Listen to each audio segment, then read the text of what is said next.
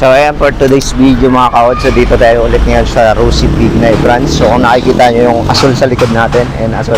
So itong guys, bagong sparkle. So ito, sparkle ba? Tama ba ako? I think sparkle to na ano, sparkle to mga kaod. So sparkle na blue, and of course ang kanilang bagong ano, Rosie. So ayan.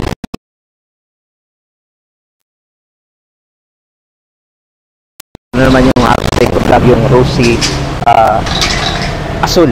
So tingnan natin kung anong binago. I think wala naman binago, is yung kulay lang. Pero ang ganda ng kulay niya mga kaod. So kung pansinin nyo, grabe, ang bangis ng kulay nito guys. Yan yung kanyang gulong oh. So ang gulong niya is for adventure na syempre. Kung makikita nyo yung kanyang gulong, napakalaki ng mga spike niya. Ayan oh. And of course ang lalim masyado ng guhit niya guys. So sa mga gustong kumuha, so bisitahin nyo lang Rosie Bignay branch or Ram Cycle mga kaod. Ram Cycle Bignay Valenzuela branches. So branch. So ayan, pwede nyo yan ma-avail dito. And of course, so ilalagay ko na lang yung contact number nila dyan sa baba. So kung gusto nyo i-inquire and full details, syempre puntahan nyo na lang dito. So tara, let's go. Atin ang check tour guys.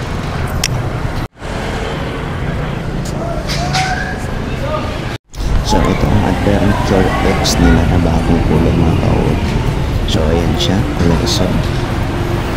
And of course kita nyo yung gulong na grabe. Ayan yung decals nyo mga kaod, pinaganda talaga. Ayan, tingnan nyo naman, Adventure X na gawa ni Rosie. Mamaya na!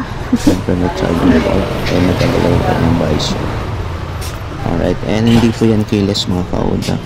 So lahat yan all LED. Wala pala silang binago, bali yung kulay lang ano. So ganun pa rin, 150cc Adventure X. So ayan, so ang ganda ng kulay niya no, kumpara dun sa isa. So ayan yung radiator niya syempre. Pero kung napanood yung unang vlog ko, kompleto po yung details dun. So kulay yun, and ito gumagalaw pa rin. So nandito, adjustable pa rin siya. Ayan, so naitataas natin yan. Ayan o. So ayun na.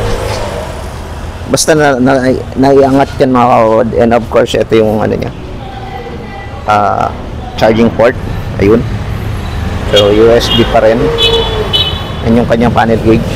Ayan, digital na. So wala siyang binago, bali kulay lang. Kulay lang yung binago. So ginandaan na yung decals dito. Diba, kumpara dun sa kulay red na nauna. O sa likod nila ganun pa rin. So ito yung meron ba ito dun sa pula? Wala no? Meron din. So ito guys, para siyang naka-crystal. Meron na. Laki ng makina niya no. So ito yung kanyang footrest. For valve yan eh. For valve na rin. Ito. Tapos FI. So sige, yan muna. Okay na yan.